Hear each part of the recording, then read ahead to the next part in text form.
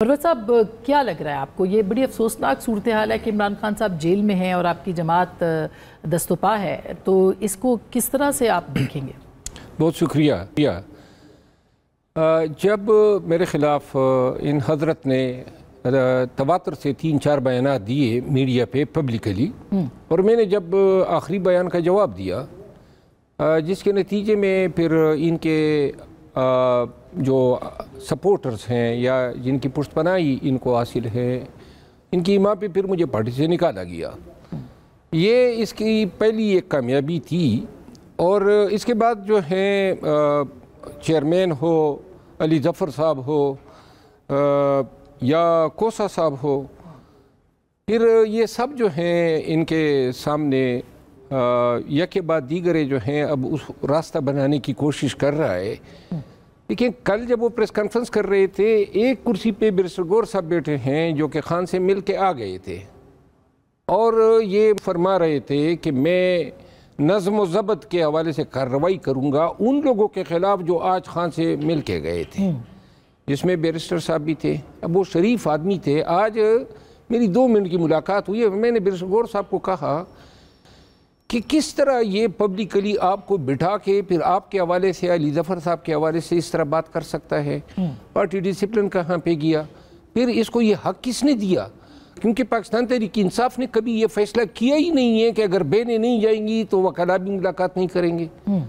कभी ये policy decision, और 25 तारीख को इसी तरह तो हुआ था, बेने नहीं गई, ये हज़रत खुद चले गए थे।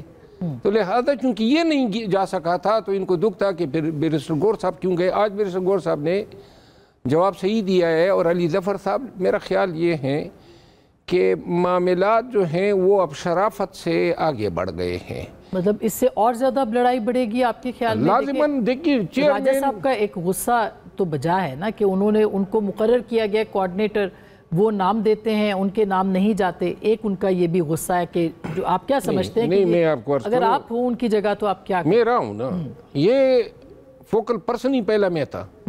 इसको अभी उन्होंने कोऑर्डिनेटर का नाम दिया। ये तमाम एसओपीज मेरे और जेल हुकाम के मिल बैठ के हमने खान की हिदायत के तहत बनाए थे। किस दिन किसकी मुलाकात होगी, ये केसेस ही मैंने दायर किए थे, जिनके नतीजे में आज मुलाकातें सबकी हो रही है, सियासी रफ़क़ाए कार की, फैमिली की। तो ये जो एसओपीज थे या जो फैसले थे वो इस तरह थे कि कभी भी ये फैसला नहीं हुआ था कि जी अगर एक कोई इजाज़त नहीं देगी तो बकाया जो है वो बाइकाट करेंगे। दूसरी बात ये है, तो क्यों ये आप, दूसरी बात ये है कि 3 लोग हैं कोऑर्डिनेटर।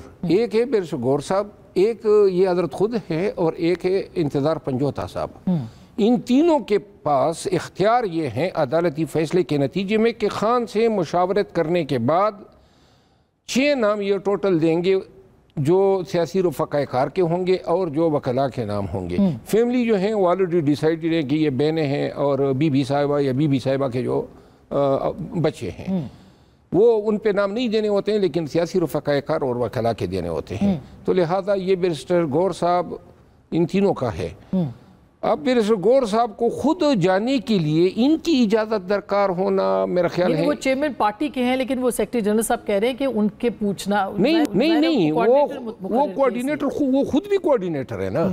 यानी जिस तरह इनका स्टेटस कोऑर्डिनेटर का है वही स्टेटस बैरिस्टर गौहर साहब का भी है कोऑर्डिनेटर। तो अब आपको लगता है कि और ज़्यादा इख्तलाफात बढ़ेंगे? खान साहब ने कहा, अली ज़फ़र साहब ने बताया कि जो आपस में लड़े उनको जो है वो आप कर दें, शो कॉज नोटिस दे दें। ये कल उन्होंने अली ज़फ़र साहब ने भी बताया, और ज़राए ये मेरा ख्याल है अब तो ये बनता है कि इन हज़रत को अब शो कॉज नोटिस जारी होना चाहिए, क्योंकि अगर डिसिप्लिन नाम की कोई चीज़ है जो मेरे लिए तो इन्होंने इस्तेमाल कर दी थी। पब्लिकली इसने बयान दिया चेयरमैन के ख़िलाफ़, अली ज़फ़र साहब के ख़िलाफ़, और इसके अलावा आए दिन इसके झगड़े बढ़ते जा रहे हैं। यानी अब देखिए, बैरिस्टर गौहर साहब जैसे नरम मिजाज के आदमी का आज जिस अंदाज में जो अल्फाज उन्होंने इस्तेमाल किए,